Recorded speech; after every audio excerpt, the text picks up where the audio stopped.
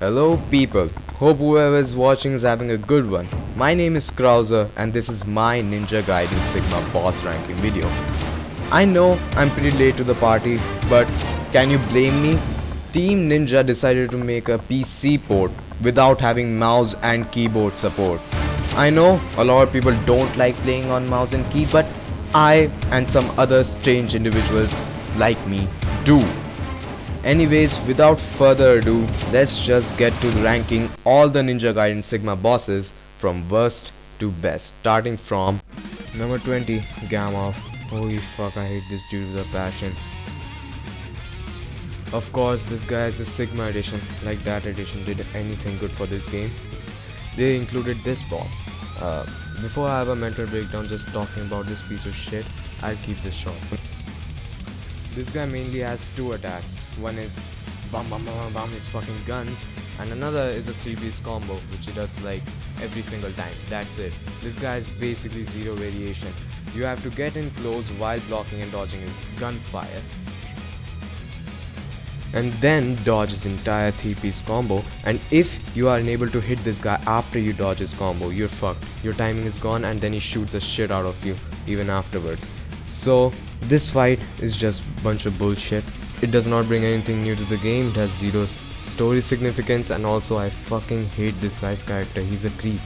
All in all, just a rage inducing filler boss fight.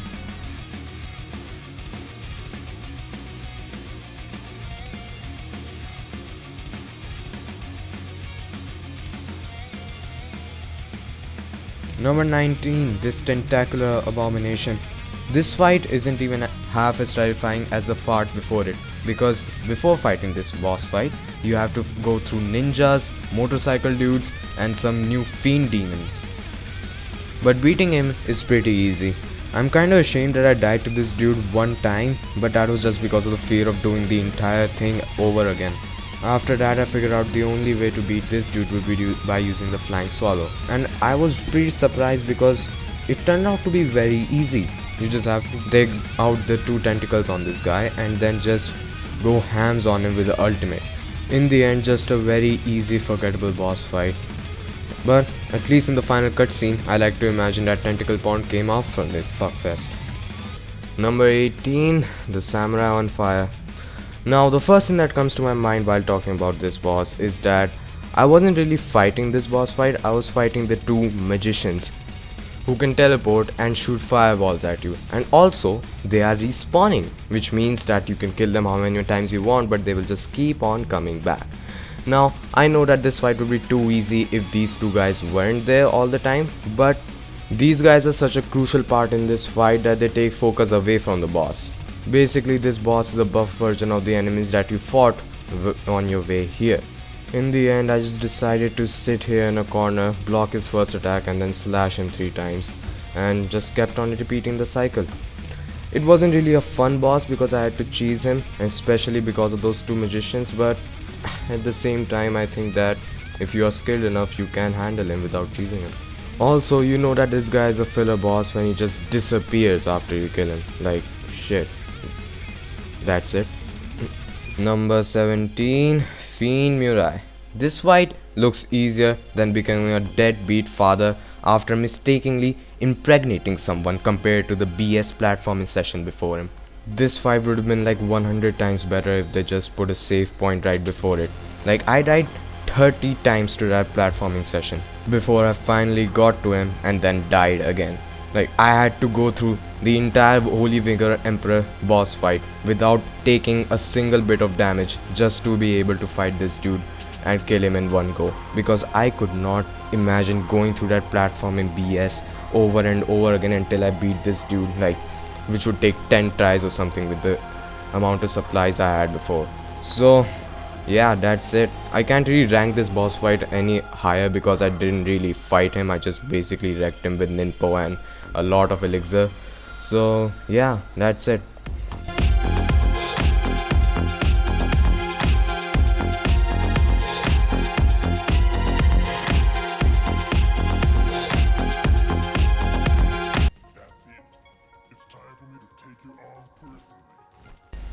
Number 17, the Demon King.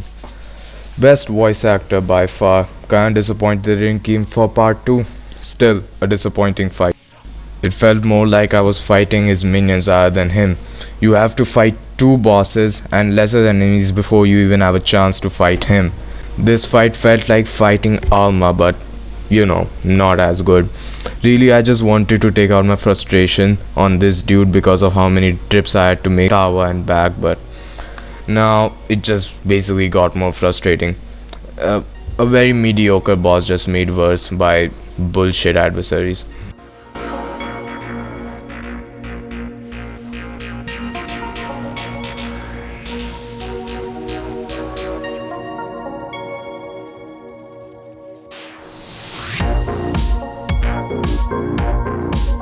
Number 15, Doku.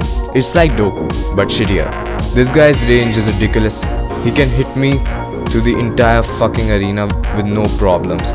He basically has the same moves as Doku but with a few upgrades, which means just basically more bullshit. He has that graph Doku which basically leeches off your health to give him more health. And in Doku's boss fight, it was manageable because his range wasn't this big, but now that he has his fucking big ass sword, he will easily get you when you are not expecting it. Plus, his design is very less intimidating this time around. He looks like a fucking midget, a blue midget with a big ass sword. Like, how is this guy Doku? The first time I actually saw him, I thought he was just a regular enemy, but it turns out that the main fucking villain is basically just this blue fucking midget. I just can't get over the fact that this guy looks like a midget. Why did they do this? It doesn't make any sense. But anyways, this fight is just another filler fight. It's comic relief for me at least, and even though he was a lot more annoying than Doku, I defeated him my first try because of the things I had learned from Goku's entire moveset. So yeah, in the end, not that bad of a boss fight, but just a shitty reskin. I don't like them. Nobody likes them. Also, what is this fucking death scene? Shit. Now, let me introduce you to one of the two bosses that do not have a place in a game with ninja in its title, the helicopter. Now, who thought that it was a good idea to put a fucking helicopter boss fight in a Ninja Gaiden game? Like, holy shit, it's so out of place. This entire area is out of place. But anyways, on to the boss fight. Helicopter has 4 attacks. One where it just fucking nukes the bridge, the other where he shoots up the bridge, and then the third is when he basically just goes under the bridge to shoot the shit out of you. So yeah, and then his last and most dangerous and annoying fucking attack is where he goes to the other side of the fucking arena and then just nukes you with 4 missiles. It is so fucking RNG heavy, and plus I don't even know that if you can dodge it without getting hit. So anyways, just use explosive arrows when he is coming from below the bridge, and then you can beat him. I believe in you guys.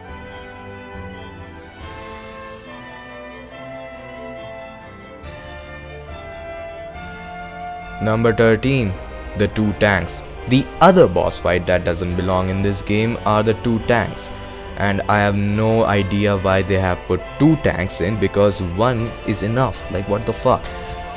Before fighting this boss fight, there is a save stone in which I did not save because dumbass me did not look for it.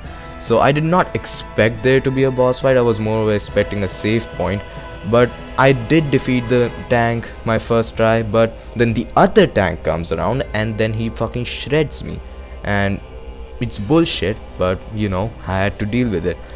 So yeah, the only reason why this fight is above the helicopter fight is because the helicopter killed me more than tanks did. Maybe that's just because that is harder, but still, at least I don't have to go through this boss fight as many times I had to go through that hell. The tanks have majorly 2 attacks. One where there's a machine gunner gunning you down, and then the other where tank uses its fucking cannon, which we expected. Now these guys can actually combo kill you, like the machine gunner will stun you and then the cannon will just hit you and then you just die. This gives me enough reasons to hate this boss fight. Number 12, Ice Beast. Just the fact that this dude is on number 12 just tells you how much I hate the people who are below him.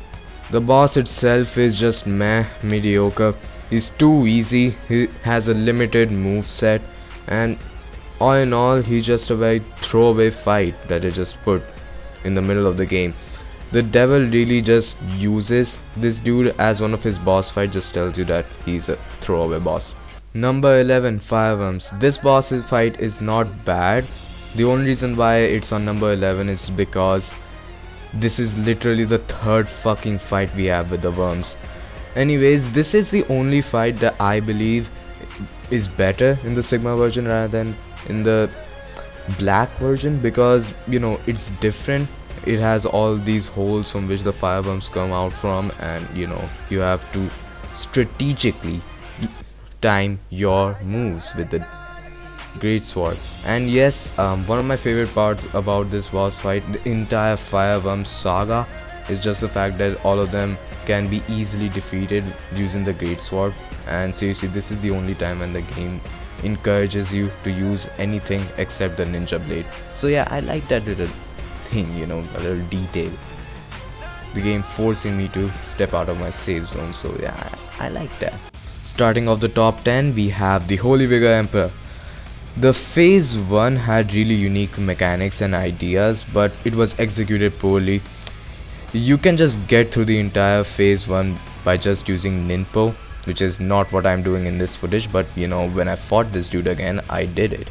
So yeah, you can just iframe through it. Plus you can, if you want to fight this guy fairly, then you will have a rough time, because the movement, the controls, the everything is just so shit. It's just executed so poorly that it's not fun, it's more bullshit. Like, you can see the footage, it's stupid, right? But as you start using Ninpo, the fight just becomes easy peasy. Thank god I realized that sooner rather than later, because fighting this dude before the phase 2 every single time with just your sword and bullshit controls would have been hell.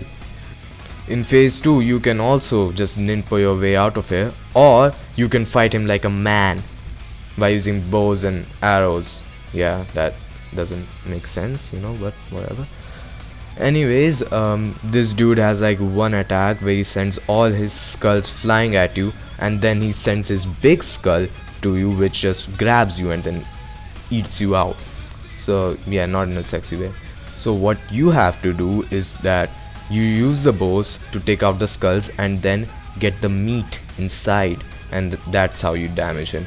It can be really annoying because he fucking starts moving, and playing this game on an emulator was pretty difficult, but yeah, you can manage. But still, using Ninpo is so much better. Like, basically it destroys all the skulls, plus if you time it right, you can even hit the big skull with the ball. I think that this Ninpo, the fireball, is the best Ninpo. You can get it pretty early in the game, and it does a lot of damage. It gives you invisibility frames, and yeah, if you want my advice, I say that this Ninpo is going to save your life a lot of times. In the end, the fight itself is pretty unique, but it's just executed very poorly. That's it.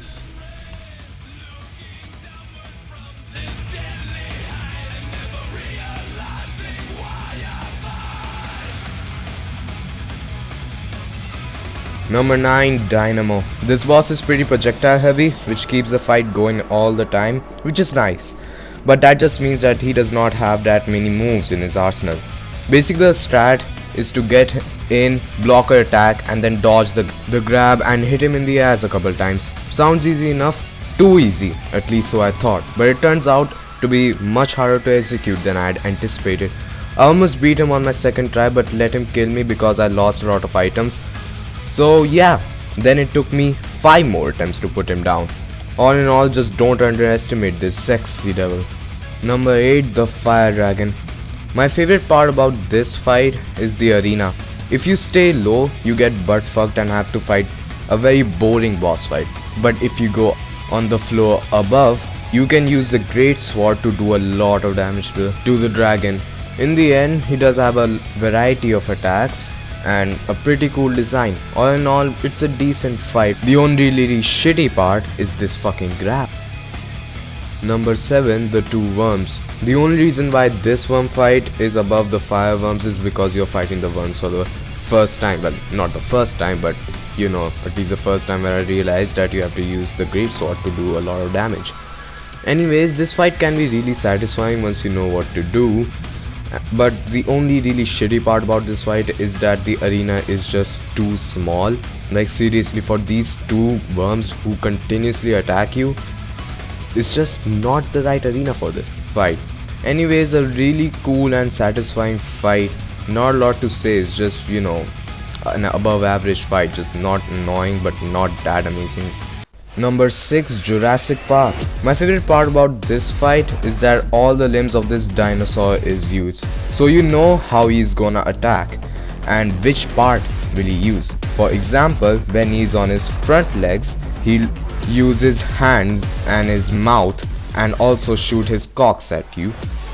But when he's on his hind legs, he will do tail swipes, which he can also use to get back to his front legs, then do more tail swipes and then just Uno reverse card you by doing 2 tail swipes at once to stay on his hind legs. Anyways, he does not really do a lot on his hind legs except just swipe its tails, but yeah, that's pretty much it. Still, I really do like this boss fight. You know, it does have a lot of variations in its attacks, and considering how early this boss is, he's well balanced and challenging enough. Number 5, Murai. I really thought that this guy would give me hell, but he was surprisingly easy. I beat him first try fighting like a dumbass. Maybe it's just because the Sigma admission made him a beta, but yeah. At the same time, I did enjoy beating on. I even thought of a strat which I would use on him, and as I was playing casually looking to die, the fight just ended. It is still a tough fight for unexpecting players, but I think that because I had too many resources was the reason why I was alive. Maybe it is just to test how good you are at the game at this point. Number 4, Anma. The most infamously difficult boss on this list. Even though I don't consider it the hardest, it is still a pain in the ass. So this bitch does not have a lot of attacks, but they are all projectiles. She can throw magic balls, pillars and dash face front at you, after which she can insta grab you. The only way to really beat her is by using the flying solo, which she can also dodge mid-air, but when she's on her legs you can use the flying swallow to put her in a down state, and that's really the only way you can do damage to her. You can also use Nimpo for extra damage and to down her again. She is a bullshit boss, but if you learn all her moves you will take her down. I like her design aesthetically and mechanically, plus she has story significance and a pretty decent, if at times unfair fight.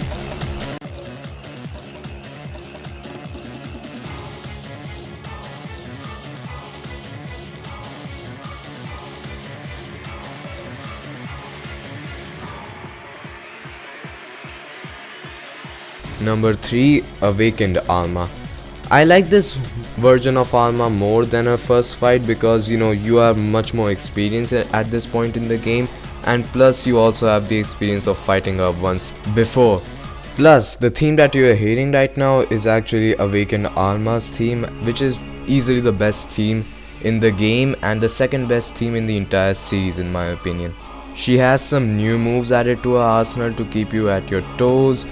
Plus she has a hefty health bar, which means that she just won't drop in like a second. Also this fight actually has a sad ending, which I enjoyed, that they gave boss fight a little bit of personality. This fight may not be as hard as first Arma, but who cares, I really like this fight much more than I like Arma part 1.